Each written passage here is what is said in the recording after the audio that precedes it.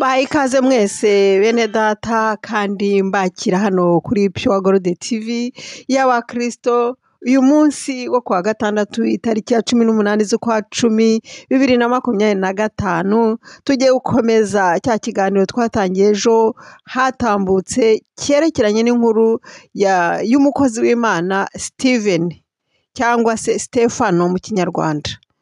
Ejo twarebye ukuntu Stefano Imana yamukoresheje ibikomeye cyane, ibitangaza bikomeye, ariko hakaboneka opposition imurwanya ku buryo byageze aho bamujyana mu rukiko. Nubwo bamujyanye mu rukiko, ariko Steven ntiyigeze acika intege, ahubwo yakomeje urugendo.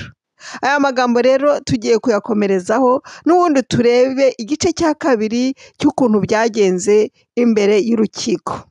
Abamurwanyaga nakubwira nti ni abanyamadini. Ni abanyamadini bamwopozaga kandi nabo b'Abisirayeli. Icyo nicyo kintu ngiye mbona gisa nkaho cyeze n'uyu munsi wa none. Ntabwo umuntu arwanwa n'abantu bakure, ntabwo urwanwa n'abantu batakuzi, ahubwo akenshi usanga ko abantu bakurwanya ni abantu bawe, ni abantu muvukana, ni abantu mwitirirwa izina rimwe n'ubwoko bwawe. Ni Abisirayeli bamurwanyaga, ntugire ngo ni n'abandi. Abanyamadini bari bakwiye kumuyobora, bari bakwiye ko bamufasha, ari mutoya, ariko baramurwanya, baramwopoza bikomeye ku buryo bageze aho bamugirira nabi cyane. Iyi nkuru tugiye kuyikomeza, kandi ndagusabye nti niba ufite Bibiliya, reka turambure Bibiliya zacu turebe aya magambo. N'ubundi mu Byakozwe n'Intumwa turakomeza ku gice cya 7. Turebe umurongo wa mbere tugeze kuri 53, ariko humura n'inshamake ndihuta cyane. Iki gice cya 2 kiratwigisha ukuntu iyo wuzuye umwuka wera, iyo wuzuye imbaraga z'Imana udatinya, waba mu rupfu, waba mu bikomeye, kuko Steven yanyuze mu ntambara zikomeye cyane, muri opposition ikomeye yageze aho imutwarira n'ubuzima. Aha rero ni rwa rugamba ruba rukomeye, bisaba kuba umukristo koko, umukristo wiyemeje kuvuga uti uko byagenda kose sinzava ku Mana, uko byagenda kose nzahagarara mvugisha ukuri. Uru ni urugamba rutoroshye tugomba gufashwamo n'umwuka w'Imana. Steven rero ni urugero rwiza cyane bene data tugiye kwigiraho muri iki gice nyavuga cya 2. Steven yarahagaze imbere y'abamushinja, imbere y'abanyarukiko, imbere y'abanyamadini, aho kugira ngo abivemo, ahubwo yarongeye abibutsa amateka yabo, abibutsa ibyo basekuruza babo bakoze. Ahera ku Mana avuga ati Imana yahamagaye Aburahamu. Aburahamu ni sekuruza wabo. Aburahamu yarizeraga, Imana iramukoresha. Yahereye aho atangira ababwira ati ibuka, nimwibuke Aburahamu ukuntu yahamagawe n'Imana. Imana ikamubwira ati va mu gihugu cyawe ugende ujya aho nkwereka, nzakwereka uba. Imana imuha amasezerano, iramubwira ati abana bawe nibo nzaha igihugu cy'isezerano, igihugu cyiza cy'amata n'ubuki. Kandi icyo gihe Imana yamubwiraga, yabisezeranyaga Aburahamu, nta mwana yagiraga, nta mwana yari afite. Igihe kiragera, ahangaha Steven arabibutsa ati mwibuke Aburahamu ko nta mwana yagiraga, ariko Imana yaje kumuha umwana Isaka mu zabukuru. Isaka nawe arabibutsa ati mwibuke ko Isaka nawe yabyaye Yakobo. Yakobo nawe abyara abana 12, abahungu 12. Ati abahungu 12 nibo baje kuba, navuga nti ubwoko bw'Abisirayeli, nibo bukomokaho. Arakomeza arabwira ati igihe cyarageze mwibuke uwitwa Yosefu wabyawe na Yakobo, nawe yaje kugira ibibazo. Bene se bavukana bamugirira ishyari rikomeye cyane, hafi kumwambura ubuzima, ariko ngo ukuboko kw'Imana kwabanye na Yosefu. Ayo ni amagambo Stefano cyangwa se Steven yari arimo abwira abamurwanyaga, abapozisiyo be, abanyamadini icyo gihe mu rukiko. Ati nimwe muretse kungirira nabi, mbanze mbibutse iby'abasogokuruza wacu amateka yacu harimo amabi n'ameza. Ndashaka kubibutsa bamugiriye ishyari kandi bavukana. Arakomeza arabibutsa aravuga ati bigeze aho Imana iyemera ko Abisirayeli bagenda bakaba abacakara muri Egiputa. Ati ibyo mubyibuke. Stephen yari afite intego yarashakaga kugeraho, yibutsa Abisirayeli bamurwanyaga, abanyamadini bamurwanyaga, n'abakuru b'itorero bose bamurwanyagaho kumushyigikira. Mwibuke ukuntu Imana yohereje Mose kujya gukiza Abisirayeli. Mubyibuke kandi igihe cyarageze abo bose yaragiye gukiza. Mose yaragiye gufasha muri Egiputa, baramujugunya, baramwanga neza, baravuga ati oya, uyu ntawe tumushaka. Ati mubyibuke ibyo byose byagiye bibaho. Mwibuke ukuntu Mose yazanye amategeko y'Imana akabaha, barangiza ntibayubahirize. Ati mubyibuke ukuntu bari barinangiye imitima iyo dukomoka, ba sogokuruza bacu twese. Ati mwibuke ukuntu Mose yari yaragiye gusengera ku musozi, bo bakavuga bati tugiye kwiremera ikigirwamana, tujye tugisenga, Mose turamubuze. Ati ibyo byose mubyibuke ukuntu bari barananiranye kandi barabonye ikiganza cy'Imana. Mose yari yaragiye kubafasha ngo bakure mu bucakara muri Egiputa. Ati ibyo mubyibuke ukuntu bari barananiranye. Ati nimwibuke ukuntu Imana yagiye yoherereza abahanuzi, ikaboherereza Abisirayeli benshi cyane, igakomeza ikabohereza Abisirayeli, ikabohereza abahanuzi babahanurira ko Umukiza Yesu Kristo azaza. Atari ku byo byose barabyanze ndetse bishe n'abo bahanuzi, kuko Abisirayeli bari barinangiye imitima, ntabwo bumvaga. Iki ni cyo kintu yari ashingiyeho Stephen, yibutsa Abisirayeli, yibutsa abamurwanyaga, yibutsa abanyamadini ibyo byose. Aragenda arababwira ati nimubyibuke, mubyibuke byose ibyo mbabwiye. Ati namwe rero, namwe muri kundwanya mumeze nkabo, mumeze nk'aba sogokuruza bacu. Namwe nuko muri uyu munsi wa none murimo muranga Imana, murimo murajugunya Imana, ndetse mwakoze ikintu kibi, mwica abahanuzi bose bahanuye ibya Yesu Kristo. Murangije kandi mugambanira Umwami Yesu Umukiza waje muri mwe kubakiza, muramugambanira, murangije muramwica. Mwebwe mw'abanyamadini mwe, yari umukiranutsi, yari umwami waje kubacungura, ntimwabimenya, ahubwo muramwica. Imana yohereza abamarayika bayo ngo bazane amategeko yo kubafasha, murayanga, murayajugunya, ntimwayubahiriza. Ibi byose Stephen yabibabwiraga gusa agira ngo abibutse iyo bakomoka, ko nabo bameze nkabo. Yababwizaga ukuri kuko yari yuzuye Umwuka Wera. Yagira ngo abumvishe nabo nyine uko bari, abumvishe uko bameze. Ati namwe muri nka ba sogokuruza bacu bajugunye Imana, ariyo yabaremye, ariyo yabafashije, ari ubwoko bwayo, baratoranijwe, ariko barayanga, barajugunya, banga n'Umukiza, baramwica. Ati namwe muri nkabo. Babyumvise, abanyamadini batega amatwi, barabyumvira aho ku rukiko, babyumvise bararakara, bagira umujinya uteye ubwoba. Ariko ikintu gishimisha nuko Stephen muri byose yari yuzuye Umwuka Wera, yaruzuye imbaraga z'Imana. Ntabwo ari we wabivugaga, ntabwo ari ku giti cye, ahubwo yari yuzuye Umwuka w'Imana. Kuko yari yuzuye Umwuka w'Imana, uko bamukurubana, uko bagize umujinya, uko bamurakariye, areba mu ijuru. Amena. Yatumbiriye ijuru, yafashwaga n'ijuru, yakoreraga ijuru, yakoreraga Imana. Muri ibi byose yari umuntu w'Imana, yari umukiranutsi, yari umudiyakoni mwiza nk'uko ejo twabibonye. Yari yaratoranirijwe kugaburira abapfakazi. Nawe ari umwizerwa, ari umuntu w'Imana ukomeye. Nta kindi yarebye mu ijuru. Haleluya. Ntabwo yirebyeho, ntabwo yagize umujinya ngo yirwaneho, ntabwo yavuze ati reka nanjye ntera mfate amabuye mbatere cyangwa se ndwane cyangwa niruke. Nta bwoba yari afite, ahubwo yaruzuye imbaraga z'Imana, areba mu ijuru, atumbira mu ijuru muri byose. arebye mu ijuru abona ubwiza bw'Imana, abona na Yesu Kristo ahagaze iburyo bw'Imana. Haleluya, haleluya, amagambo ndayakunda cyane.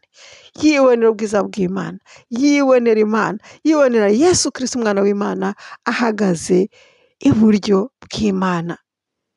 Steven arababwira ati nimurebe, mbonye ijuru. Arabwira abandi se, arabwira abanzi be, arabwira abantu b'ibyigomeke, aravuga ati yo, ati niboneye ijuru rikinguka, ati mbonye umwana w'Imana Yesu Kristo atahagaze iburyo bw'Imana data wa twese. Noneho bandi bamurwanya rero, b'abanyamadini bahita bapfuka amatwi yabo, ntibashaka no kubyumva, ahubwo basakuriza icyarimwe, baramugenda baramusumira, baramukurubana aho hose mu mujyi, baramukurubana, bamwirukankana, bamutera amabuye. Ibyo uvuga ni ibiki? Ntibashaka no kubyumva. Bari abantu binangiye imitima. Abanyamadini bari abantu binangiye imitima, badashaka kumva iby'ijuru, badashaka kumva iby'Imana, badashaka kumva inkuru nziza y'agakiza, badashaka kumenya ibya Yesu, badashaka kumenya umuntu unabivuga, kandi bitwaga abanyamadini. Maranyumvira?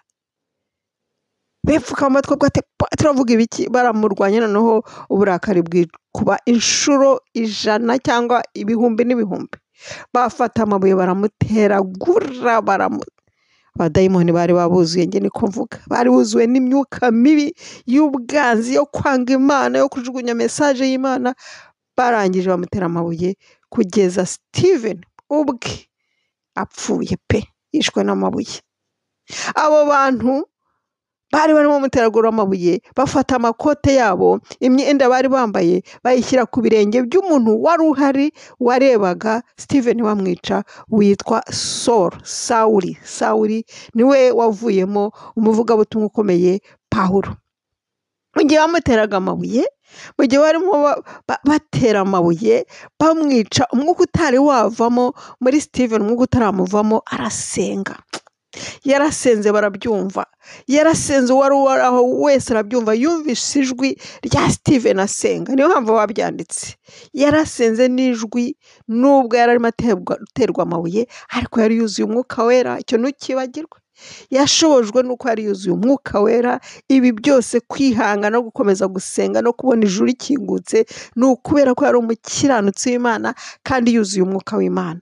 Arasenga aravuga ati, Mwami Yesu umukiza wanjye, Mwami wanjye, Mucunguzi wanjye, nshuti yanjye, akira umwuka wanjye, akira roho yanjye, nyakira, akira umwuka wanjye. Amena. Arasakuzwa n'ijwi rirenga, arasakuza, atera hejuru, arabavuga ati, Mwami wanjye mukiza, ntubarenganye, ntubahane, ntugire icyo ubakoraho, ahubwo bababarire icyaha cyabo. Abanyamadini aba barimo kunyica urupfu rubi, bantera amabuye, mbabarire, ubabarire icyaha cyabo, ntubarenganye, ntubahane, ntugire icyo batwara, ahubwo bababarire icyaha cyabo. Byabivugaga arangurura ijwi rirerire abasabira gutyo. We mwene da, byakugendera ndekera biti. Amaze gusenga iryo sengesho ryo kubasabira imbabazi, nibwo umwuka we warangiye, arasinzira, arataha, ijuru riramwakira. Nshuti yanjye, Yesu Kristo yarahagaze ku muryango yiteguye ati, banguka, banguka, uri umusitari w'ijuru, banguka nshuti yanjye, ngwino, uremeye urampfiriye, uremeye upfira Imana, turagutegereje mu ijuru. Nge amagambo iyo nyabonye, iyo nyasomye, utuntu tunyiruka mu mubiri, numva nongeye gukunda Imana kurushaho, numva nongeye kuvuga ni Steven ni umusitari koko, ni intwari koko, ni intwari y'Imana. Mpita ngira ikintu cy'ishusho, mbona ageze mu ijuru ko bamuhaye amagarade yo hejuru. Yarwanye kigabo, yarwanye gikristo, ntabwo yigeze yihakana Imana, kandi yarwanwaga n'abantu be. icyo kintu kimbabaza. Yarwanwaga n'abantu b'Abisirayeli kandi bitwa abanyamadini, bavuga ngo ni abantu bari mu itorero. Abo nibo bamurwanije kugeza bamuteye amabuye, kuko yavugaga inkuru nziza y'agakiza, kuko yababwizaga ukuri, kuko yakoraga ibitangaza mu izina rya Yesu, kuko yari umwevangelisite mwiza ukiranutse uri gukoreshwa n'Imana. Icyo kikabarya kikabababaza kugeza bamwishe urupfu rubi. Mwene da, iyo nkuru wowe uyumvise ubyumva ute? Ubyakira ute? Ubifata ute? Wumva bigukoze he? Imana idufashe uyu munsi wa none. Iki ni cyo gice cya kabiri n'igiheruka cy'inkuru ya Steven. Navuga nti yapfuye kigabo, yapfuye ari umukiranutsi, yatashye neza, yatashye yinjira mu ijuru, yakirwa n'umwami Yesu, ahagaze iburyo bw'Imana Data wa twese amutegereje. Steven ngo yabonye ijuru rikingutse, ijuru ryamukingukiye, agenda aza aho agiye. Haleluya! Arahabona, yibonera umwana w'Imana, yibonera Data, yibonera ubwiza bw'ijuru, yatashye neza. Natwe turwane ikigabo. Wowe uhamagarwa kugira ngo uvuge ubutumwa bwiza muri bene wanyu, wowe uhamagarwa kugira ngo uvuge ubutumwa bwiza wenda ahantu badashaka kumva inkuru ya Yesu, abantu badashaka kumva inkuru nziza y'agakiza, komera, ntusubire inyuma cyangwa ngo bireke. Rwana kigabo nka Steven. Havuyemo umuntu ukizwa witwa Pawulo, wabibonye n'amaso barimo mutera amabuye, ndetse n'abamurwanyaga barimo bica Steven bamutera amabuye. Amakote yawe bayashyize ku birenge bya Sawuli, yari atarakizwa, yarabibonye kandi nawe ngo yashimishijwe n'uko bica umukristo, umukiranutsi w'Imana. Icyo gihe Solo nawe yari umupagane mubi ari kurwanya ubwoko bw'Imana, ngo yaranezerewe. Ariko nyuma yaho yaje kwakira agakiza, ndetse nawe ahinduka urwanwa cyane kubw'ubutumwa bwiza. Mwene da, ntabwo byoroshye, ariko ni ibintu byiza. Tuzataha mu ijuru, twemere twitange, ngo naho imibiri yacu bayitera amabuye, uko byagenda kose hari n'abatwitswe, n'uyu munsi wa none biriho. Ariko roho, come on, roho, umwuka wawe urahita wakirwa na Yesu mu bwami bwo mu ijuru. Uzi kugira ngo noneho upfe udapfuye kigabo, utihanganye ukarimbuka, kandi warabaye umukristo, ku munota wa nyuma ukananirwa. Oya, reka dukomeze urugendo, ntusubire inyuma, ntutinye n'akanya gato cyane. Steven yarababajwe koko, yatewe amabuye kuko umubiri waramuriye, yarababaye. Ahubwo aho kugira ngo asubire inyuma cyangwa arire cyangwa aganye, arasakuza cyane ati, Mana, Yesu Kristo mukiza, wibaha ntubahane, nyamuneka ntubahane, ahubwo abandwanya banyishe nabi bababarira icyaha cyabo. Wowe wasengera ute abarimo kukwica gutya? Wabasabira ute? Byagenda gute? Mva, iki ni ikibazo umuntu wese yakwibaza akakisubiza ku giti cye. Reka soreza dusenga, dusaba Imana ngo itugirire neza, dusaba Imana ngo ni ukuri duhe umutima nk'uwa Steven, nk'uwa Stefano, cyane cyane umutima wuzuye umwuka wera, umutima ukiranutse, umutima ukiranutse, kuba umuntu w'Imana ukiranutse, kandi umutima wuzuye umwuka w'Imana, kugira ngo tubashishwe muri iyi si. Niba warahamagaye kuko itanga nka Steven. Imana itugire neza. Reka dusenge. Mana Data, turagushimye cyane, turagushimiye ijambo ryiza, turagushimiye ku bwa Steven, turagushimiye ko tutari twenyine, dufite umwuka wera, abagukunda bagukorera, dufite umwuka w'Imana. Dufashe Mana Data wa twese, tugendane n'umwuka w'Imana, dukorane n'umwuka wawe, n'ukuri tubashishe, nutugira mu baturenganya twe kubireka, twe kubivamo, ahubwo dukomeze urugendo, kandi tumenye ko tugomba kubabarira, kubasabira imbabazi baturenganya bose, abatugira nabi bose, abadutera amabuye bose. Tuvuge tuti, Imana bababarire, ntubabariho icyaha, maze dutahe dukiranutse. Haleluya! Twakirwe mu ijuru, kuko ijuru ngo rizagirwamo n'abakiranutsi. Mana dufashe muri uru rugendo twatangiye mu murimo tugukorere twitanga wese 100%. Urakoze kubyumvise byose mbyambaje mu izina ry'umwami wacu Yesu Kristo, amen. Nshuti zanjye twari kumwe kuri iki kiganiro cy'ibyerekeranye n'inkuru ya Steven. Ni ukuri Imana ibaha umugisha, kandi Stefano akomeza tubere urugero muri uku gukorera Imana kwacu, umuhamagaro wacu. Kwifurije kuzura umwuka w'Imana. Ugire weekend nziza. Mwaganiraga nanjye Jose Irumva. Imana ibagirire neza. Tuzakomeza ubutaha.